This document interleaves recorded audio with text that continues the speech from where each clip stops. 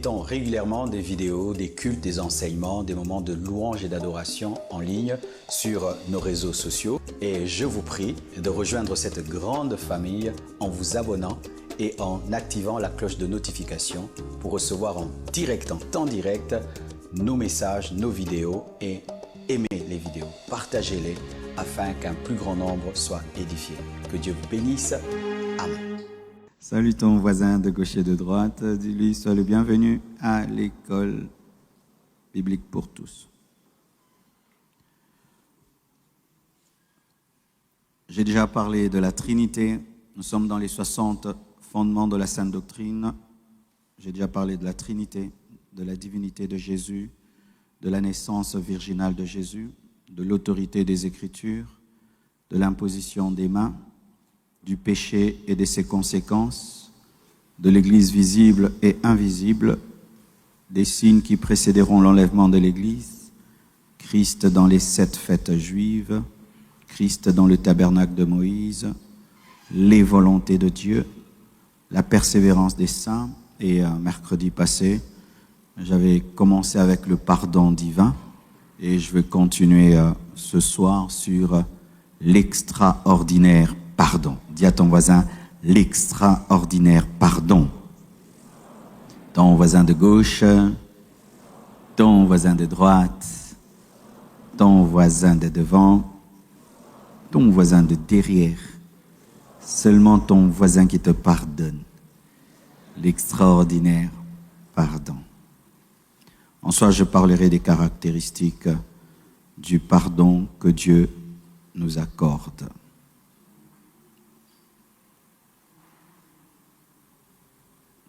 J'avais défini que le pardon, c'est la décision d'aimer plus que de haïr. C'est la décision de guérir plutôt que de blesser. C'est l'acte par lequel une personne renonce volontairement à la vengeance, à la rancune, à la condamnation envers quelqu'un qui lui a causé du tort.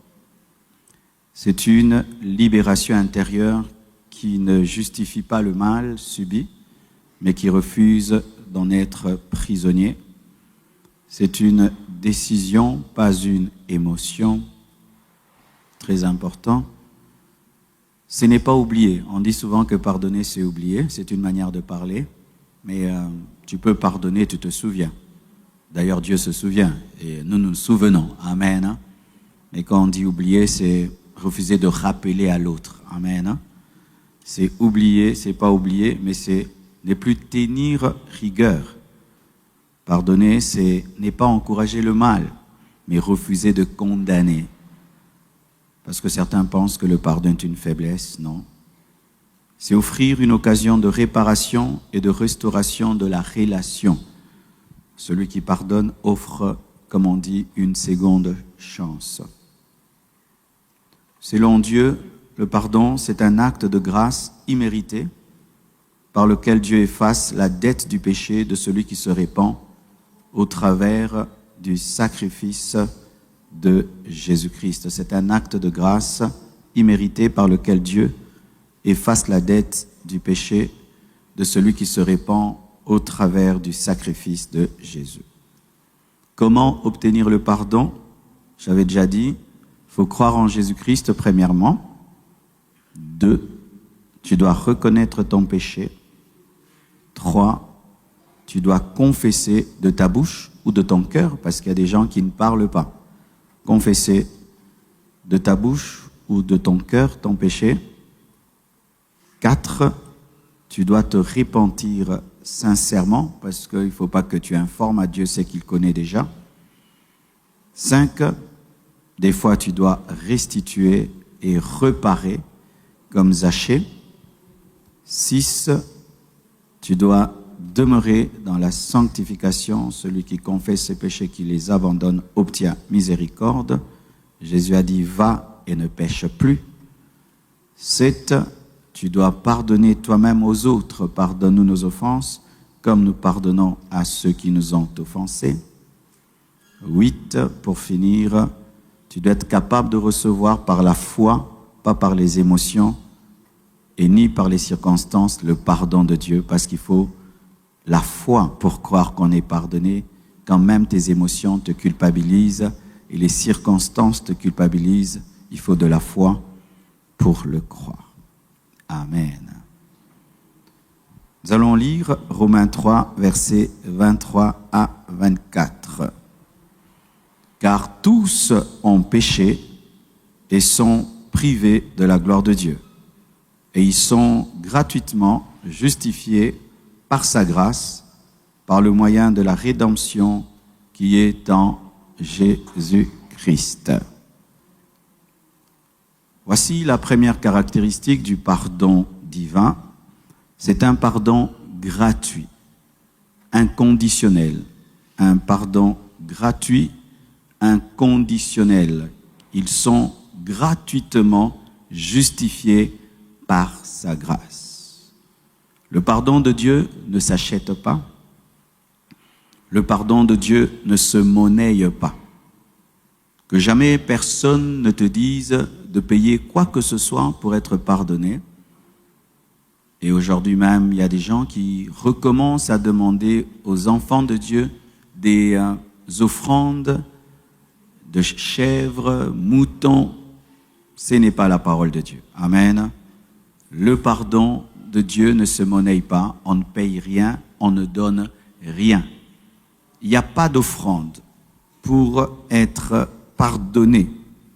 Et même, on n'a pas besoin de jeûner pour être pardonné. Amen. Dans le Nouveau Testament, tu peux jeûner pour te consacrer, mais pas pour que Dieu te pardonne, parce que Dieu n'a pas besoin que tu jeûnes pour te pardonner. Il a besoin de l'œuvre de la croix. Gratuit, inconditionnel. Amen. Deuxièmement, le pardon de Dieu est total et parfait. Psaume 103, verset 12.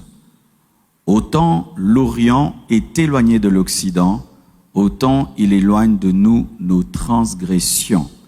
Autant l'Orient est éloigné de l'Occident, autant il éloigne de nous nos transgressions. Cela veut dire que Dieu ne pardonne pas à moitié. Cela veut dire que son pardon efface complètement la faute. Amen. Et vous devez savoir que ce n'est pas un oubli psychologique où Dieu oublie, mais Dieu seulement décide volontairement de ne pas t'imputer ton péché. Amen. Dieu décide volontairement de ne pas t'imputer ton péché, mais c'est pas qu'il oublie, mais c'est un pardon total et parfait. Amen. Tu pêches, tu commets 1000 péchés, Dieu pardonne les 1000 péchés si tu t'es repenti sincèrement. Souvent, nous avons un problème avec le pardon total et parfait de Dieu parce que nous pensons que Dieu est un humain comme nous. Étant des humains, notre pardon n'est pas total et parfait. Nous avons des limites dans notre pardon. Il y a des choses que nous pardonnons facilement et d'autres pas facilement et d'autres jamais. C'est quand nous disons, tu peux tout faire mais ne touche pas à ma personnalité. Je peux tout te pardonner mais ne touche pas mes parents. Je peux tout te pardonner mais ne touche pas mes enfants. Ce n'est pas un pardon total. Dieu a pardonné même ceux qui ont tué son fils. Alléluia. Ceux qui ont tué son fils, Jésus a dit, Père, pardonne-leur car ils ne savent pas ce qu'ils font. Alors, étant des humains, ayant vécu avec nos parents, nos amis, qui nous pardonnaient certains péchés et pas d'autres, lorsque nous venons à Dieu, ce background, cette expérience dans le domaine du pardon, nous poursuit aussi en Dieu.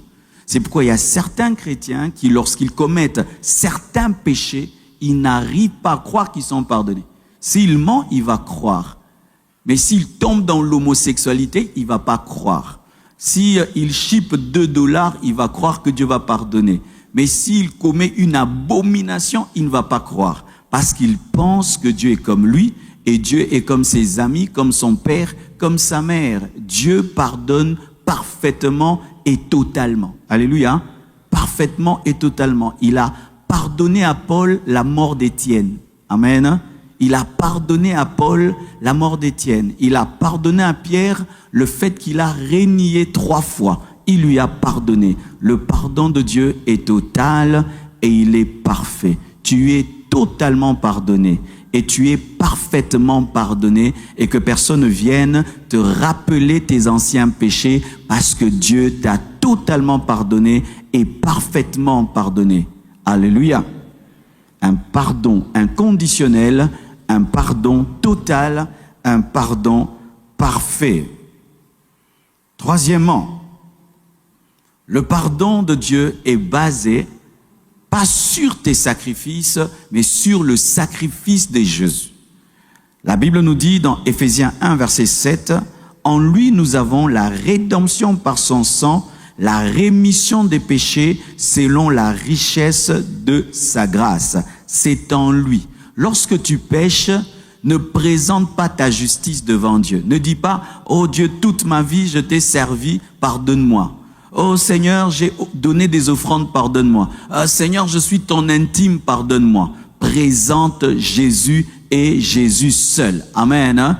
C'est Christ qui permet au Père de nous pardonner. Pourquoi? Parce que le pardon de Dieu exige que sa justice soit satisfaite. Il faudrait que quelqu'un paye pour le péché qui est commis. Et si c'est pas toi qui vas payer, quelqu'un d'autre doit payer. Et Dieu a décidé de faire tout payer Jésus, parce que Jésus pouvait payer, mourir et ressusciter. Mais toi, si tu payais, tu allais finir en enfer. Alléluia. Le seul qui peut payer pour ta dette, c'est Jésus. Quiconque vient auprès de Dieu pour être pardonné sans passer au travers de Jésus-Christ aura toujours une dette. Seul Jésus-Christ paye ta dette. Amen.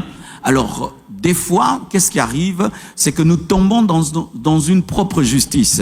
Quand tu marches dans la crainte de Dieu, tu marches dans la pureté, dans la sainteté, tu peux commencer à croire que Dieu te pardonne parce que tu le crains, parce que tu es extraordinaire. Non. Le seul qui est extraordinaire devant Dieu, c'est Jésus. Alléluia. Le seul qui éblouit Dieu, c'est Jésus. Le seul qui satisfait Dieu, c'est Jésus. Et chaque fois que tu pèches et tu demandes pardon, concentre-toi sur la croix, sur le sang versé, sur l'œuvre de quelqu'un d'autre. Et cela est important parce que cela nous garde dans l'humilité. L'humilité.